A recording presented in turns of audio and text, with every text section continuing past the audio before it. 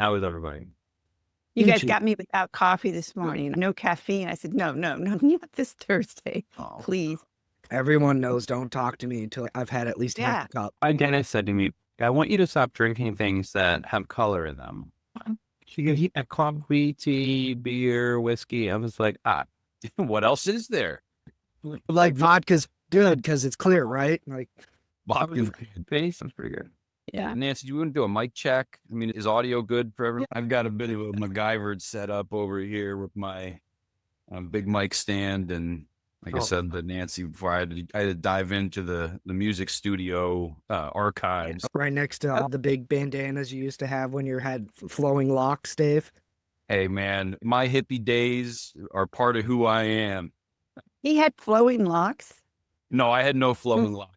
I did have frosted tips, which I assume of the three guys here, I'm not the only one.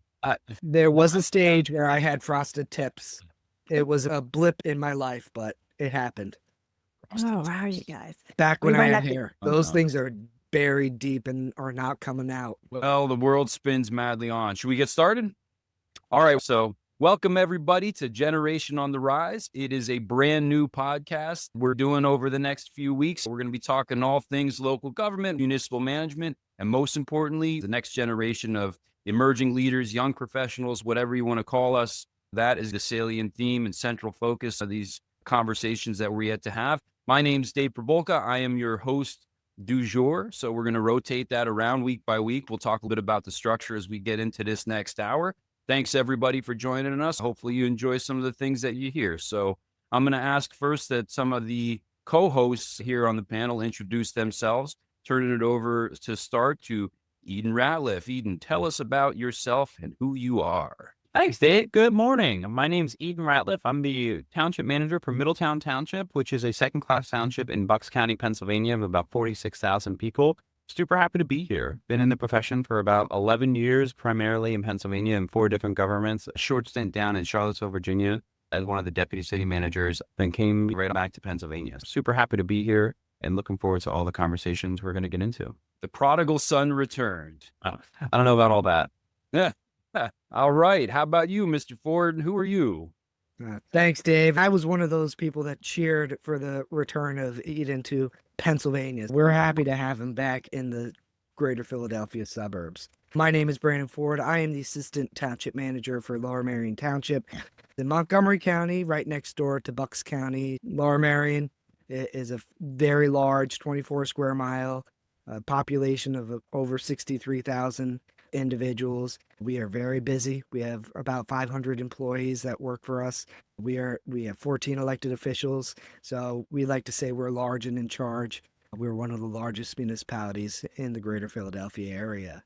I have the honor and distinction of serving as one of the 3 regional vice presidents for the Northeast on the International City County Managers Association Executive Board, the governing body for the ICMA. Everything I say is my own personal views, not that of ICMA. Now that disclaimer's out of the way, I'm going to turn it back to you, Dave. Why don't you tell us a little bit about our host du jour?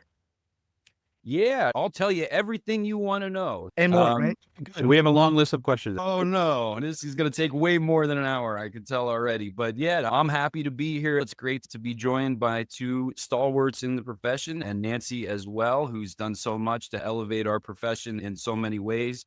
I have been a manager for 13 years. I started on October 16th, 2012. In Ferguson Township in Center County. I was the first hired assistant township manager there, stayed there until the end of 2021. I was made manager in 2017. Then I moved to Susquehanna Township in Dauphin County. Most recently, then I moved to Livingston County, where I was county administrator for about a year in Western New York. That's where I'm coming at you right now. I still live up here. Most recently, I've been doing a weekly commute down to the beautiful Victorian Bellefonte borough, where I was brought in to be interim borough manager in Center County, the Center County seat. Life has a way of circling back on itself sometimes, and there I am right back in my roots, loving every minute of it. Glad you pointed out the disclaimer, Brandon. Maybe I'll just say that for all posterity's sake, but should be emphasized that the views and comments and opinions and conjecture and innuendo that we express on this podcast is really our own opinions and does not reflect that of our employers, the wonderful communities that we serve, our elected officials, the International City County Management Association, the Association of Pennsylvania Municipal Managers, the Pennsylvania Municipal League, the League of Women Voters, the League of Extraordinary Gentlemen, and of course, Thomas J. Fontaine. So a big shout out to Tom. I just want to make that very clear, but we are going to press on nonetheless. Nancy, do you want to have the floor for a minute and talk to us about who you are, our intrepid executive producer? I think there's going to be a lot of people who are going to be on here and wonder what the heck is MuniSquare. So I just want to say I'm on here to keep these 3 young guys in check because I have we need that. I have some years of experience on you. I'm going to bring some perspective, but my primary role is a publisher of MuniSquare, which is a space on Substack that we're really building an ecosystem with different kinds of content. And this is one of a kind, podcast that we are bringing to the space. In my other life, and what I've done for years is work with local government. I care very much about the work that these guys do. My area has always been organization development. So I'm working inside the organizations to develop the work, the jobs, the pay structures. You're really thinking about the value of the work and the value that the people bring to the local government organization. So that's what I do. And I'm just looking forward to being here and hanging out with you. I may not always be here. So we're going to try to do it weekly, but sometimes only a few of us can make it. We hope to have some guests. I'll let Dave get into that. I'm just excited to be here, and I'm really excited that you guys came up with this idea. I'm here for it. And if I can add on to that, not only are we doing this podcast, we're also friends. And we've known Nancy for years. We've known each other for years. One of the styles of this podcast is conversation. These are the conversations that we usually have at conferences, after the sessions or in between sessions, sometimes during the sessions with respect to some of the speakers. We often have these really cool, engaging conversations that are usually just for the small group of us that are partaking in the discussion.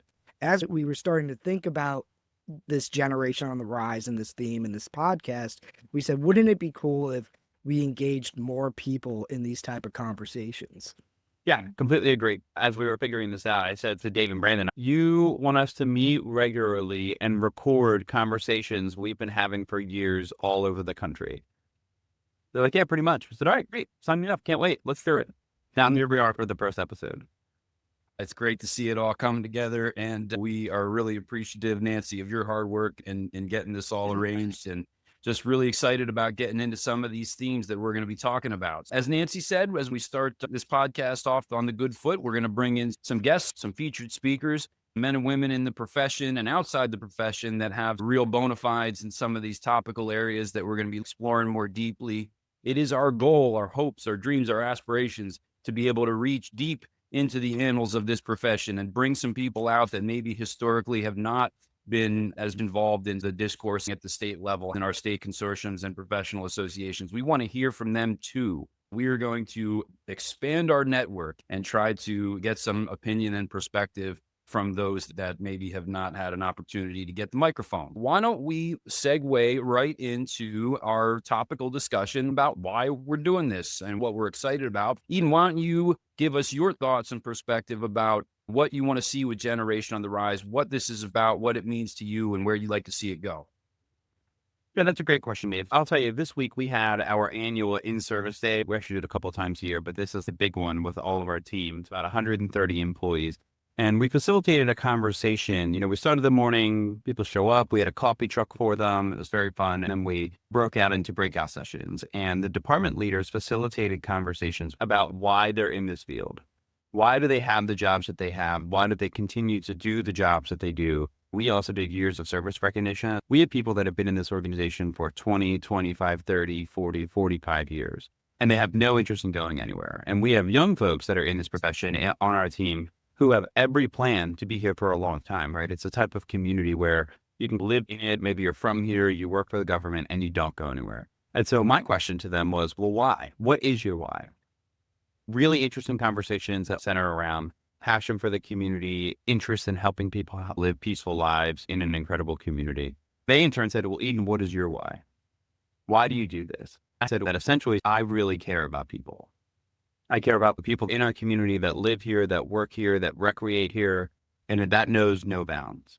And so in this podcast, it's the same thing, right? I care about this profession. I care about the people who are choosing to enter it, people who've been in it for a long time, the people who are maybe doing really well, the people who maybe are struggling in communities. And I want them to have successful careers and have their cup filled by that career as much as possible. As we talk about the different challenges we're facing as managers, having had the opportunity in working in different municipalities, not just in Pennsylvania, but of different sizes and challenges, I find there is often a very large common thread where the issues are similar, but the solutions are different depending on what the communities are. And so I'm hoping that this podcast and my contributions can add a little bit of levity, but that we can facilitate the conversations that I think need to have, where we're sort of having the backs of the managers that are there, where we're supporting them and sort of talking about the issues that they're dealing with in maybe a way that brings some comic relief, that they can relate to, find kind of a corner of the podcast universe that they can say, hey, I'm really comfortable here. I understand sort of what's being discussed and I'm feeling supported, even if we don't hear from them directly through this podcast. And just remember why it is we're doing this and know that they're not alone out in the field.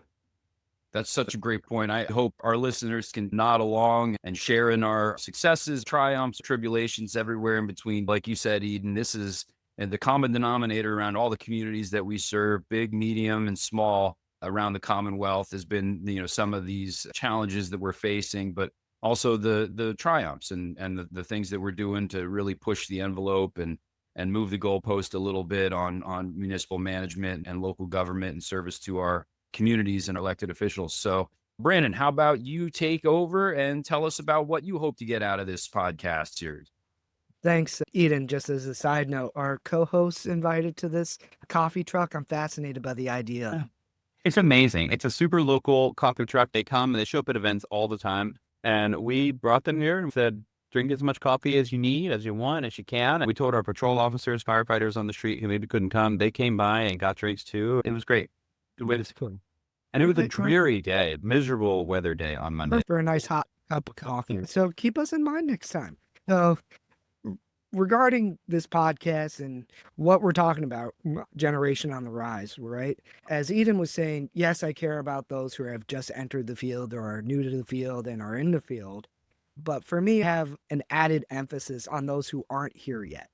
Those students, whether they're conventional students just coming out of undergrad, even undergrads, or those like myself, because this is actually my second career. I think both of you know, and I think I've had conversations with Nancy before, but I didn't go to undergrad to be in local government. I did education. I was a teacher for a number of years, and then I found my way into local government.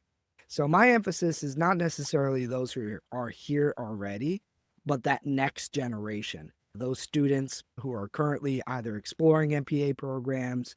I know some programs are offering undergraduate public service degrees, or even those who are thinking about a career change to get into local government. And one of the things I've noticed, one of the luxuries I have in terms of being on the ICMA board is that I've had this opportunity to go to different states, Arizona, Wisconsin, Minnesota, all over the place.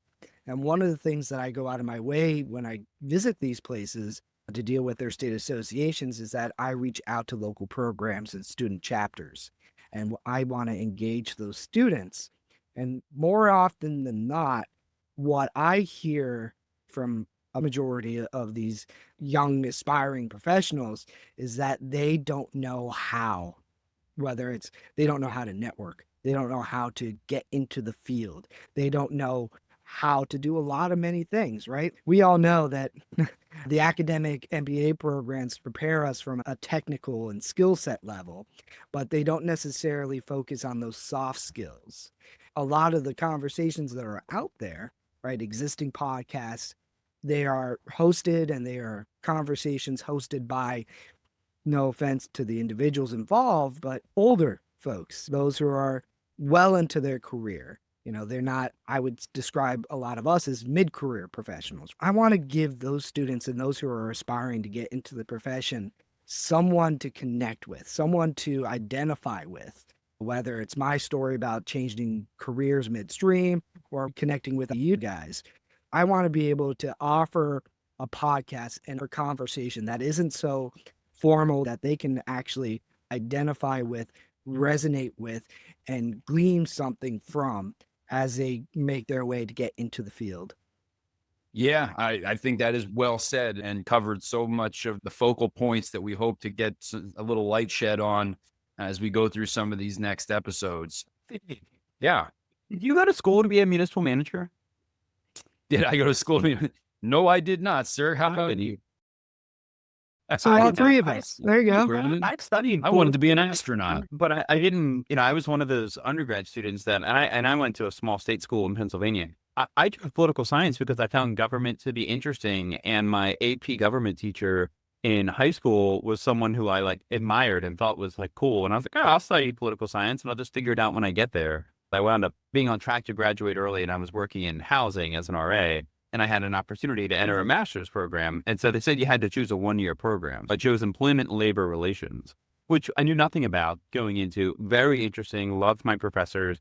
And all of my colleagues in that program were headed into HR programs. I was like, I don't really want to do HR. I stumbled through connections into a very small town north of Pittsburgh, Ford City, Pennsylvania, which has 2,000 people living in it. One of our colleagues is now the manager, and I became their manager, mainly because I knew a lot about union stuff from an academic perspective, because that's what labor relations is all about, right? Collective bargaining and unions and arbitration and all that stuff. And they had issues with that. And it was a small town that had never had a manager before. So they wound up hiring me. And I said, okay, I'm going to work really hard to figure this out. I'm not classically trained in municipal management or borough management or local government. I had to figure this out along the way. And obviously I did. And 5 years later, I was being hired as the township manager after my predecessor embezzled $3.2 million in taxpayer funds, which was a necessity of rebuilding a local government. So I don't know that I know a lot of people that have gone into school wanting to be local government professionals, Brandon. But if we could turn the tide on that, fantastic. Because I think a lot of us are not coming at it from that perspective. Yeah, and we got to go back to that story. You can't just slip in. Not everybody knows. We got to dive into that. We tried to And figure why? under the radar. There's some embezzlement, Story and then then I was like, okay, what about now? The play.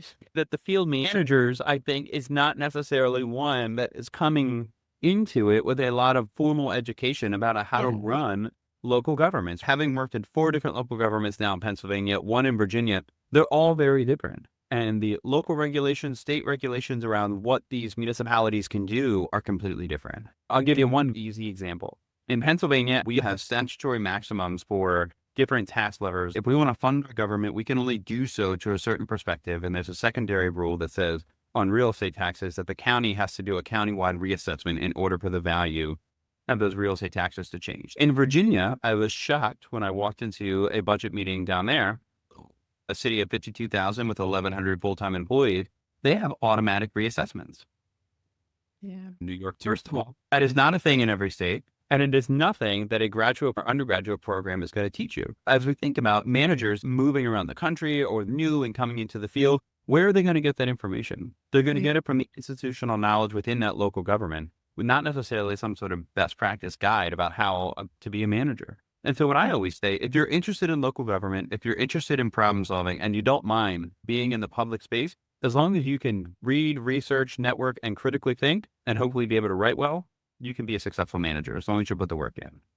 Yeah, that's so true. I'm glad you brought that up. All of us in this profession probably owe a little bit of it to serendipity, happenstance, and of course to the men and women we looked up to. The old adage, if we've seen farther, it's because we stood on the shoulders of giants. I think we all have mentors in our professional and personal lives that we can look back and say, if it weren't for the intervention of so-and-so or the nudge they gave us, our lives could be very different. And it's hard to think about how far we've all come and where we are now without really tipping our hats to some of the professional advice and doors that were opened for us by some of those people that tread before us. How about your origin story, Mr. Ford? What got you? You went to school to be he was born a manager. He was What a teacher. Yeah, I credit most of my managerial skills to having 3 little ones and having to help the missus manage the household, because once the number, because Dave, you have 2, right? I have 2. So when the kids Last I outnumber checked. you go from man-to-man defense to zone, right? So you got to manage, especially when they outnumber you, right? That's your fault, Brandon. Yes. If you need a pamphlet or something, let me know. My 2 oldest are girls, and I love them dearly. Number 3 was our boy. The joke was if the third wasn't a boy, I'd get a dog or a fish. The fish is a little less maintenance. Regarding my origin story, looking for a full-time teaching job back in the aught 9s, aught 10s, wasn't a great time to find a stable position. That was the time of the Great Recession, right? Where, freshly out of school, where employers are cutting jobs or doing hiring freezes. Wasn't a great time, but I stuck it out. I ended up getting a regular position in the greater Philadelphia area. It didn't feel as good as I thought it would, right? It was still rewarding, but I didn't feel as fulfilled as I could have. All attributed to my wife. She was going back to school and she was researching programs. She's in the nonprofit museum history field. And she came across the Villanova MPA program. She said, "Hey, I know you better than you know yourself. And I think you would be a natural fit and you'd love this. So give them a call, find out more about it, and go." So long story short, I did that. I shadowed a class. I enrolled the next day, landed an internship. Internship ended in my first full-time position, and off to the races from there. Of course, you've had a chance to learn from the great Ernie McNeely. That is really one of the greats, one of the Municipal Manager Hall of Fames. So I'm sure you've benefited greatly from that relationship. And Yeah, Ernie McNeely is my current manager. He's been phenomenal. I'm about 2.5 years now in Lower Merion Township. He's one of those people that you don't fully understand the depth of knowledge. It's like one of those puddles you see after a rainstorm. You don't think it could be that deep, and then you step in it and you're up to your knee. Just the wealth of knowledge and experience that I feel smarter just being in the same room as him, right? And I will also deep puddle. give credit to the other 2 managers that I served in both Springfield Township, Montgomery County, as well as, the famous Crandall Jones, who was in Norristown, but is now in Upper Darby. Big personality, learned a lot from all 3 of my managers. And I'd like to say that my managerial style and how I approach things isn't necessarily an echo of any of them, but more of a culmination of the 3 different types of managers. There's a podcast episode with him, and he's a big advocate for understanding that an NPA is not going to teach you how to be a manager. And I know some of your earlier conversations, it's about this is what we learned, and then this is actually what we experienced. There really is a big gap that you have to fill somehow. That's a really important thing to realize going into this profession. And I think part of what we're here is to learn from you guys. And I think that there's a lot of talking through what it is you're grappling with that's going to make this an interesting podcast. I don't think we heard from Dave in terms of where you see the focus for this podcast. Do you have some thoughts? Yeah, I think mostly I'm just going to sit here quietly and turn oxygen into carbon dioxide and let the 2 co-hosts here that's what you're doing. We know that's not true. I As know. someone who's spoken on panels with you at conferences, as someone who's traveled with you and listened to you talk, I know that you can fill the room with good thoughts. Absolutely. I got to tell you You've had guys, some good- the first time I met Dave was at an executive development conference. I brought on a speaker who was profiling millennials, and Dave called him out. He stood up, he said, "That's bullshit." Everything he was saying up there. Don't believe it. And I said, I got to go talk to that guy. I think it was someone who looked like me. You'd have to go back to the tape, but I've always been really fascinated with the evolution of this profession. I've been doing it 13 years to the day. I don't think I'm on the downswing of my career by any stretch. I'm fascinated by how quickly things have morphed, not just in the profession itself, but in local government, in the communities that we're working with and working for. Just before we started this podcast, Brandon was regaling us with stories about this vape shop ordinance. 10 years ago, if we were to step into a time machine, go back to ourselves in 2012 and 2013, said, "Hey, you're going to be writing a vape shop ordinance," we would have said, "What the hell is that? What are you talking about?" And it's so reflective of the pace of change in our profession and the way that we, to the generation on the rise topic, the way that we as emerging leaders, as young professionals, push the boundaries of our profession and our understanding of how government integrates with these societal challenges and issues is by taking the lessons that we've learned from the men and women that came before us, those pioneers in our profession, and expanding on them with our own personal experiences, our own personalities, our own surrounding environments, and apply those to the real challenges that we face. So what I'm most interested in teasing out with these conversations that we're going to have in the weeks ahead is learning about how those young professionals are doing that. How are they integrating their life experiences, their knowledge of the zeitgeist operating around them, learning from the lessons that have been tried and true from the managers that have come before them, and creating that kind of, like Brandon said, Frankenstein manager, where there's a mishmash of different mentors, folks that we've taken so much value in learning from, and just kind of creating our own customized approach to this profession and this discipline.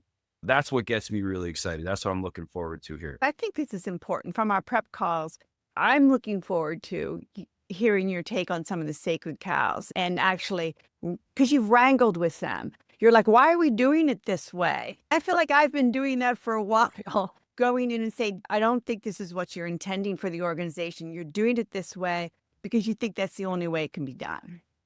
So I did bring this up in my introduction because I feel like I talk about it all the time and people might be getting sick of it, but it's probably worth mentioning here. You heard me sort of mention briefly earlier, I was the manager of Kennett Township, which is a second-class township in Chester County, just north of Wilmington, Delaware, here in Southeast Pennsylvania. So when I was hired and I showed up for my first interview, I was walked up to the second floor conference room with the Board of Supervisors where the manager's office was. And there's crime scene tape over the manager's office because she was being investigated by the Chester County District Attorney's Office for, at the time, financial crimes.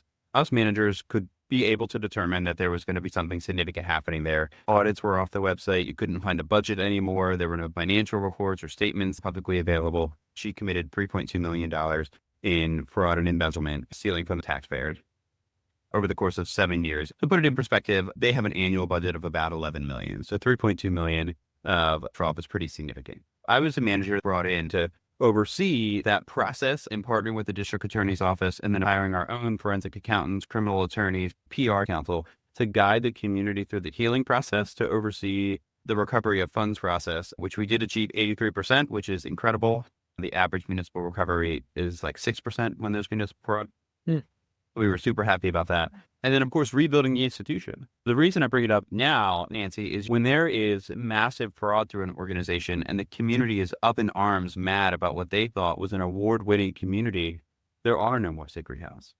And so when I met the governing body, they were incredible. I have nothing but good things to say about them. They said, something horrible has happened here. Our goals are as follows. We want to rebuild this government to be as efficient and effective as possible. We want to recover as much of the stolen funds as possible. We want to rebuild community trust, and we don't want this fraud to define us. My opinion is when you talk about Kennett Township, people talk about the open space, the rolling hills, the connection to urban amenities, the greenway we built while we were there, all sorts of incredible projects. And they just sort of understand that fraud happened there, that it didn't define that community. We recovered the stolen funds and rebuilt a very professional government. Going into public meetings, dealing with other issues that had nothing to do with the fraud, I was just having a conversation of, we need to challenge the way that things were done here because we know where it stemmed from. Is this an efficient way? Is this an effective way to deliver whatever this service is? And the board and the community was sort of open-minded about almost everything because they knew we wanted to rebuild a professional government. Being able to generate a lot of successes for that community when I was manager, I've taken that with me. So here in Middletown, I say to my board all the time, I understand how it's been done. I understand the past. The past is great. It's got a long history of professional management here in Middletown. This service, is this what you define success as? Help me understand, is this the vision for success when we talk about this service? Sometimes the answer is yes, and sometimes the answer is no, which means we've got some work to do. So that's a little bit about my background and how it's shaped my approach. You know, that note, Eden, I think we can all agree one of the worst phrases in the English language is, that's the way we've always done things, or that's the way it's always been done.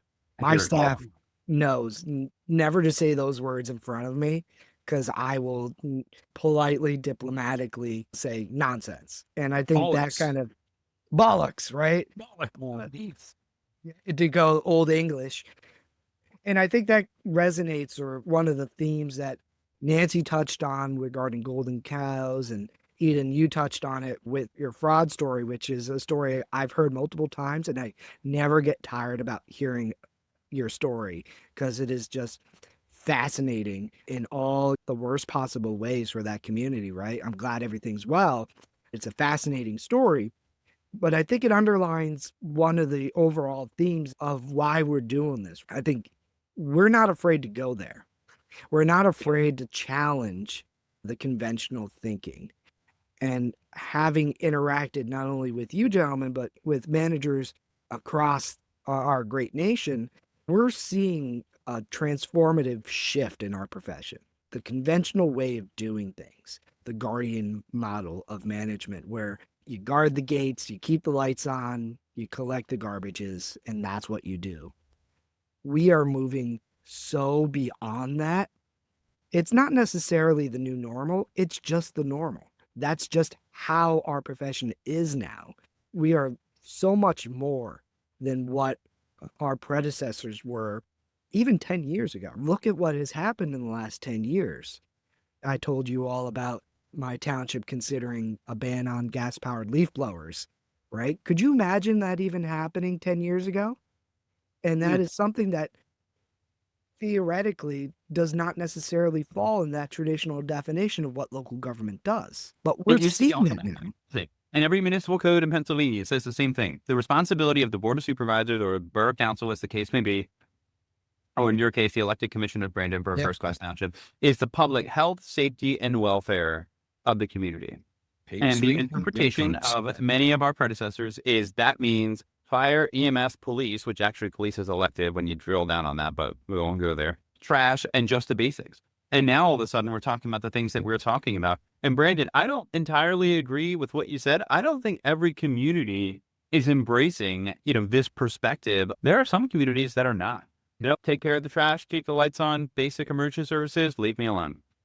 They are more than happy to say, this is how it's always been done, and let's go there. And frankly, there's a lot of those types of communities right here in Pennsylvania, which makes it super difficult to try to influence the legislator to get, like what I would say, our common sense law changes or changes in our municipal codes to enable us to go there on some of these issues. They're looking at communities that the elected officials still plow the roads, right? This is a diverse industry. It's a diverse career for us to be in, and we have a lot of diversity in these communities. I was talking to my state representative recently, and he was saying, I don't understand why we can't do this law change because it makes so much sense. And I said, you need to understand that the majority of communities in Pennsylvania are not like Southeast Pennsylvania, right? Like Brandon and I are, what they call the collar counties outside of Philadelphia, high population, high density, a lot of people fleeing the city to get into communities like ours. Potter County, Pennsylvania is not dealing with the issues that we're dealing with. And they're probably more than happy to run their community the same way they did 15, 20 years ago. So I say to managers who are willing to go there, make sure that you get into the right type of community that is willing to go there, because not everyone identifies with that. Well, that's interesting. I want to move us into talking about our future segments and get your perspective on what you're looking forward to and how you want to tackle some of those. But yeah, Eden, you hit the nail on the head. Something Nancy and I were talking about yesterday is what happens with these managed communities that are maybe what I would call local government classic. They're just paving the roads. They're putting cops out there. They want to stick to the bread and butter. When the next generation of emerging leaders and young professionals is more looking to gravitate, I think maybe this is a generalization, but I think it's relatively true, to the communities like yours that are pioneering in areas where historically local government hasn't had a seat at the table. There's not enough of them to accommodate everybody. And there are still a lot of communities out there, to your point. Potter County is a great example of that. I get some pictures of some municipal buildings in the Countersport area that you'd be like, really? They're still using the job, Johnny? Those places need leadership too, whether it's a manager or secretary or some kind of administrative support.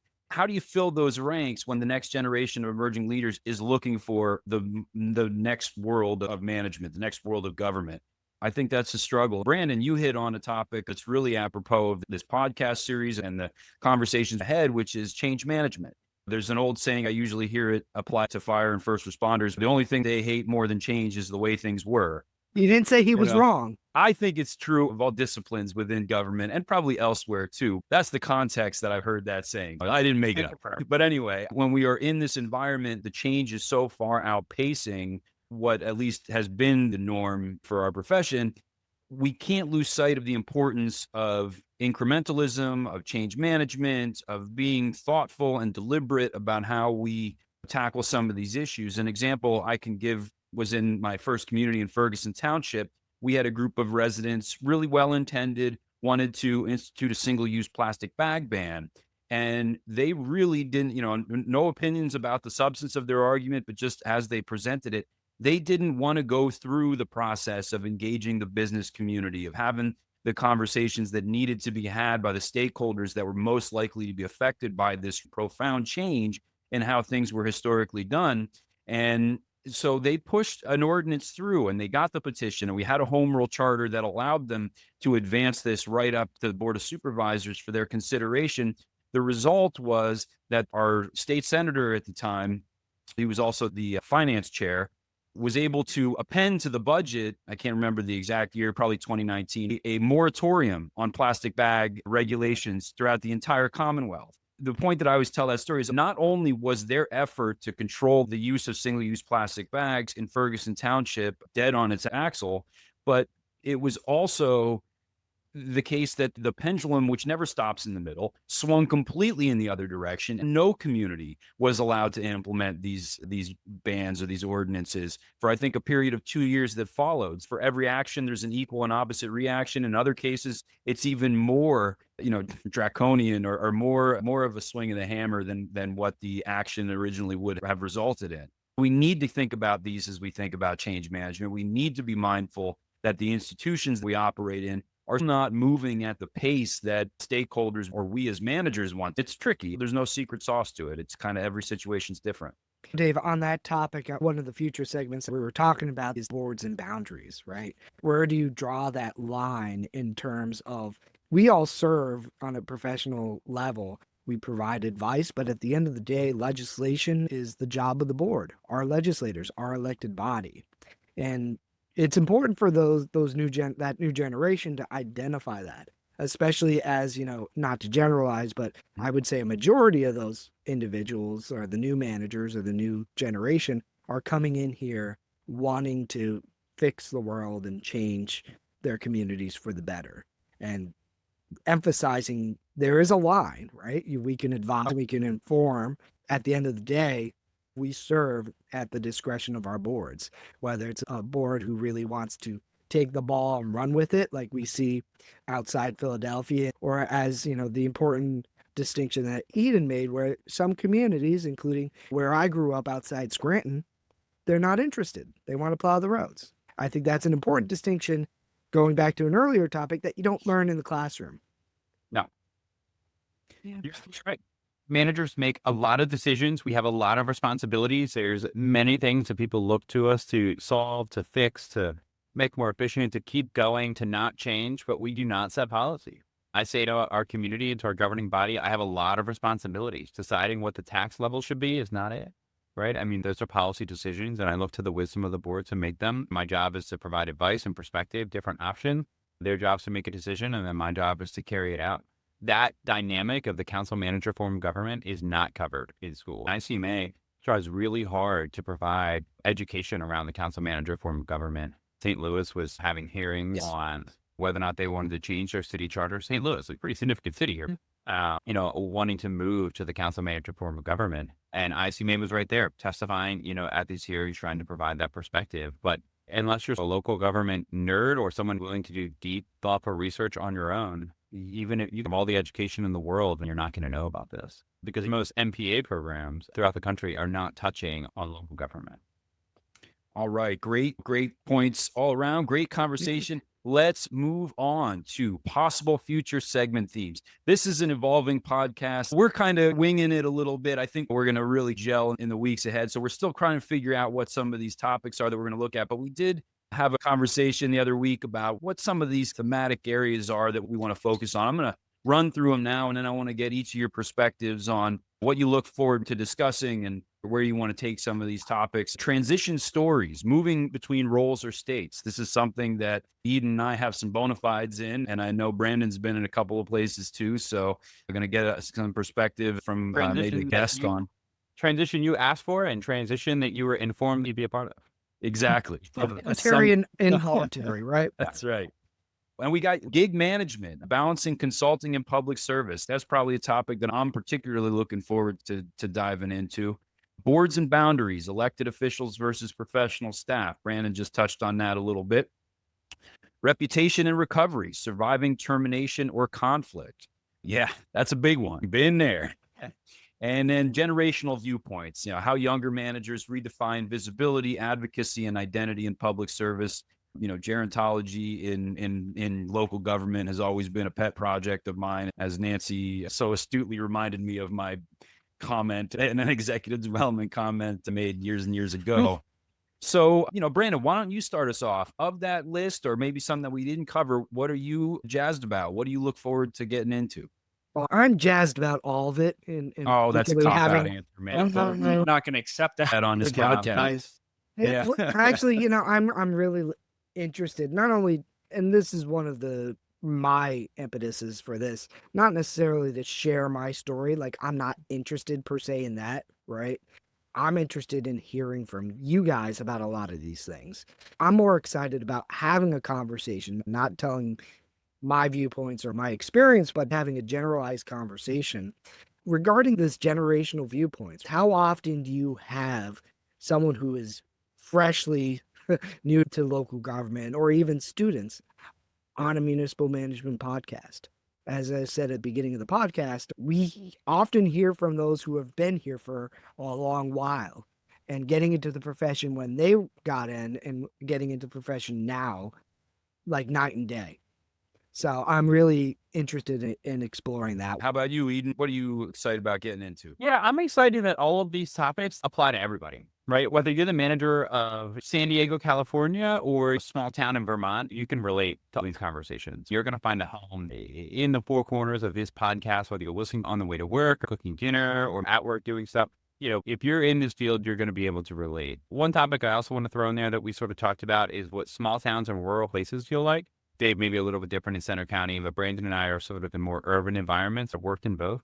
In my first county, we used to say there are more trees than people, which was very much true. Maybe 80-1, right? What those feel like, as well as crisis as the new normal. I really want to, in there, to kind of dive in. What's a perceived crisis and what's an actual crisis? I say at work all the time, folks, we're not in a crisis. It may feel like it. We may be passionate about this change. We may be passionate about the community response.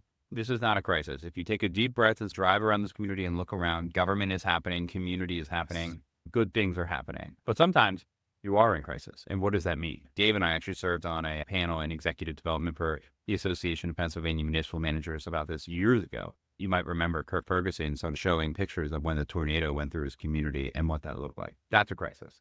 So I think kind of diving into that and what the different approaches will be super interesting too. Looking forward to the conversation for weeks and weeks ahead. Yeah, Upper Dublin, they really went through it and had some great leadership to help them navigate that crisis. Feeling, I don't know if they're all the way through it. They're not. Their new building hasn't even opened yet. Soon. Yeah. But yeah, their township building was totally demolished. Yeah, I think it was two issues, right? The tornado, as I recall, went through it. And then a week later, there was some sort of water line break that also damaged it. And so it became two different incidents. Their entire building was essentially just totaled. Yeah, it was a true crisis. I think we would all agree that falls in the definition. But you're right. So often, dude, I hear from my staff over the years, the sky is falling. This maybe is not innocuous. It's an issue. It needs focus for sure. But, we still have to allow ourselves to see the forest for the trees and take stock of all the great things happening around us every day. Of these topical items that we discussed, I'm looking forward to the idea of a gig economy in municipal management. Nancy first planted the seed in my head about thinking about management as this, side hustle. You got DoorDash, you got Uber Eats, and then municipal management and some of the other things we do. Right now, I'm working with a great firm, Keystone Municipal Solutions, out of the Harrisburg area. Big shout out to Lucas Martzoff and Chad Saylor for some of the things they're doing in the municipal consulting space. There's a lot of consultants that are doing this work. Nancy's another one with NJ Hess Associates. These communities that can't afford, don't need a full-time municipal manager can really benefit from these consulting engagements and having people at the ready that can, avail them to a municipal manager, but other resources as well, whether it's, grant writing, strategic planning, or recruitment and human resources. I really believe the advent of this consulting space, a gig economy for local government, is going to be bigger and bigger, more and more in need as the years ahead make things more difficult, as our budgets are more and more under duress, as our expectations for service delivery, which only go in one direction. We're all expected to provide more services or be more efficient in the services we do provide. That's a real stalemate. We've got to figure out how to get around those and enter gig economy managers and gig economy consultants being able to provide those services in an economy of scale that they can achieve at a low cost for some of their customers. I mean, that's going to be huge. So I'm really excited about exploring what gig management means, how the generation on the rise, the young professionals, the emerging leaders coming up are going to be looking at either entering that space and making it their career, or perhaps making use of those resources because they're starting out as new managers in small communities where they feel like they're on an island and need to use these firms and outside partners as a bit of a lifeline to help them expand the service delivery that they provide and be able to move their communities forward in a positive direction. Yeah, and I think, Dave, I want to interrupt briefly because that gig economy, as it's been discussed in my conversations, is helping out other municipalities. So you're a full-time manager, but maybe there's a neighboring municipality that it's got an up-and-coming manager that's just stepped in. Maybe there's other ways that the top professionals, even finance directors, can it's almost more along the lines of peer consulting. So the gig economy isn't just for the talk about yours. If you're willing to, talk about your views. That's what I've done, right? So my partner, Jeffrey Stonehill, is the manager of Chambersburg, which has the largest borough budget in Pennsylvania. And I have launched a consulting firm, Ratliff, focused on advising and helping communities in crisis. Anything from like significantly unsettled to major crisis. We sort of describe it in humorously as like when every other consultant is like, yeah, we're not really interested, we're happy to run into the building. I'm also a firefighter volunteer. So I say when town hall is on fire, we're happy to help stabilize and settle that situation. And it's exactly as Nancy described, right? It's peers who have a certain level of expertise. Jeffrey's been doing financial management for the city of Harrisburg, which is the only capital city that has gone into bankruptcy in the country. He's been advising them on the financial side for a better part of a decade, which is a different level of crisis management. So it's that idea that we're managers who have a certain skill set. We have great full-time jobs that we love and value, but we know there are other communities that need specialization in certain situations, and we're happy to help out there. It's really a gig, right? It's helping out other municipalities. Going back to why I'm in this field, is because I really give a shit about people. And I think government should be well situated to proactively serve their communities the way that they want to be served, to allow them to live and enjoy peaceful lives. Yeah. And I would say too, from an outside perspective, because I'm not a manager, even though I've worked with local government, it's the economy, what the public wants is this predictable, reliable level of service. You talk about what's a crisis or not a crisis, but when you dip your toe in there, it's a panorama drama. There are so many things going on in so many different areas that the manager touches on. I think that you have at the very same time of this steady flow government, there's a lot happening. And one of the things I hope we can highlight is exactly the way those dramas come about. And believe me, when there is a catastrophe in a part of the state, maybe a climate event, something else happens, an industry collapses, it really takes the whole professional community around the regional area, the neighboring communities, others to step in. I hope that we can highlight some of the ways that government operates and how it's changing, and that you are the change. This is about figuring out how to make the public more aware of what we have to think about. We as the public, non-managers, non-local government people, have to think about some of the issues we're confronted with. We should get more involved and pay attention to what our local government brings to the table. Definitely. That's my swan song. Stonehill Ratliff. I love that name too, by the way. You couldn't do that portmanteau with everybody. Like if Pribulka Ford was a consulting firm, I don't that it wouldn't have the same lilts. We spent a long time trying to figure out what the name should be. We asked for a lot of advice, got a lot of different perspectives. One day he just calls me. I remember where I was standing, and he says, "Eden, can I just give you an idea?" I said, "Sure." And he just said, "Stonehill Ratliff." He's like, "It's us." He's like, "Right? Isn't our whole shtick like our experience of things that we have done, history in Harrisburg, mine in Kennet Township? different stories along the way. Isn't that the idea? We've been there, done that, and we can help you. It's who we are. I said, that's true. And so we ran with that. I'd Absolutely. say no, Ratliff, Stonehill. No.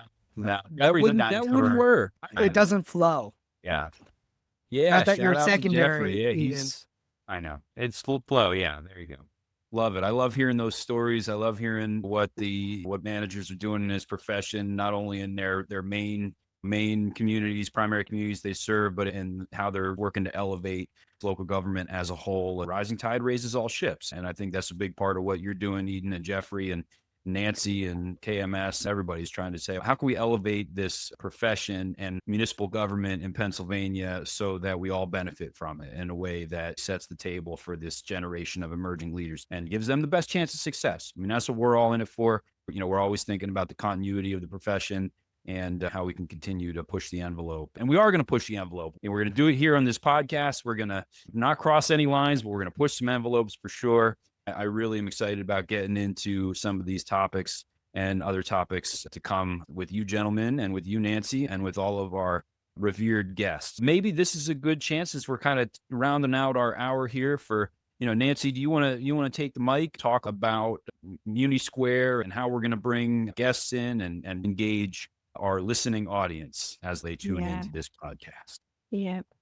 I think this is a new chapter in the sense that we're really building an ecosystem. MuniSquare hasn't been in operation more than, 7 months, something like that, maybe not that long. So we are just getting started, and there is a complement in there of international contributors. So we just held a webinar where Danish managers and U.S. managers kind of talk together. We have a new book discussion that we've launched that's going to happen quarterly. There's academics, there's practitioners, there's quite a few safety. We don't have anyone fire yet, Eden. Maybe you might be the first fire. You all are going to be contributors in that. So even though this is your thing here, you'll probably get pulled over into some other areas. And likewise, we may be able to dip from the pool of contributors in the larger MuniSquare. I'm excited. We've got some work to do. The hard part's now about to begin. This was a lot of fun. I'm so glad we got it off. We're off to a start. So that's what I'm excited about, Dave. So one of the things that we really want to get is questions from our listening audience. How are they going to be asked to engage, and what do we want to do to hear from their perspective? Let's talk about that in the next episode. What I would do, work it out so that we're able to have a comment section, but you'll need to subscribe to MuniSquare, which you don't have to pay for. So I think we need to talk about that a little bit more, but we will find ways for those who are subscribers to the podcast to put questions in those comments. They can reach out to us as well on our Substack accounts or our emails if people know us. LinkedIn, we're all active. Yeah, LinkedIn, that's right. Message us. I encourage it. If you're a listener, reach out. I'm happy to talk with anybody. Just send me a message on LinkedIn. Happy to connect. Happy to have a conversation. Maybe we'll get that coffee truck. Maybe. That's a great idea. Great way to, I'm definitely going to have coffee next week. I had to start the show today without coffee, but man. Now. As soon as the timer's off, I'm going to go reload. I got to do the same. Incredible first week. The hardest step in a marathon is the first one. Yeah. And we'll see you next week. Yeah, amen. Well, we will close out our inaugural podcast episode and maybe set the table for the weeks to come. A good way to say bon voyage for the week is to go around and see if you have any final thoughts. So, Eden, why don't you start? Final thoughts, incredible first hour. Looking forward to many hours ahead. So many ways that this can go, a lot of different conversations that we can have. And I think they're all going to be relatable to managers, assistants, deputies, people who want to be aspiring managers across the country. So we're looking forward to those conversations. I will say the rest of my week is all about budget. Pennsylvania, we're on a calendar year budget. So after this, I'll be headed into budget meetings. So for all those who can relate, good luck. Amen. And I saw you guys had a budget workshop just on Monday. So we did. Good budget meeting. We have what we call the Middletown Wax Museum. So we had lots of show and tell type stuff and see how much they cost. So that'll be a lot of fun. And I'll be excited to report on that next week. Amen. I like that. I like everybody kind of like reporting what they're doing with the rest of their day. I'm launching a compensation study. So if you get an invitation from me, please participate. We will be. For what it's worth, we're not paid enough, Nancy. I just want to make that, good to hear about Middletown, and big shout out to Nick Balla, your staff over there. Team. I didn't get a chance to shout out Nick, but Nick is the dreamboat of a number 2. He makes all the good things happen. All right. Brandon, final thoughts. I will be the first to admit that I was nervous as all hell. I've never done a podcast before. The fear of anything new, right? But having you three, Nancy included, we've had these conversations before. I knew deep down this was going to be a great, constructive conversation. You all hit that expectation. I knew we were going to learn from each other, hold ourselves accountable to each other and the things we say, and we won't take each other's words for granted, right? If we disagree, we're going to say something. Unlike Eden, who's going into budget meetings, I am working from home today so I can take my 10-year-old to the orthodontist. I might be echoing that we don't get paid enough after I start getting the financial consultation on how much that's going to be. Hope everybody who's going out to ICMA down in Tampa next week is having a great time, learns a lot. For me, I am just happy about hitting some of these topics. Couldn't ask for a better group than you three to join me and go down this journey together. All right, so that's the end of our hour. Let's close this out and talk about what's coming at you next week. Our topic is going to be networking and mentorship and getting a little bit deeper into our stories about what brought us into this profession. Thank you for joining us for this first episode. And Nancy, why don't you close us out? Well, you guys, all I could say is I am just thrilled that we're going to be back next week. We'll see you all next Thursday. See you next week. Thanks, everybody.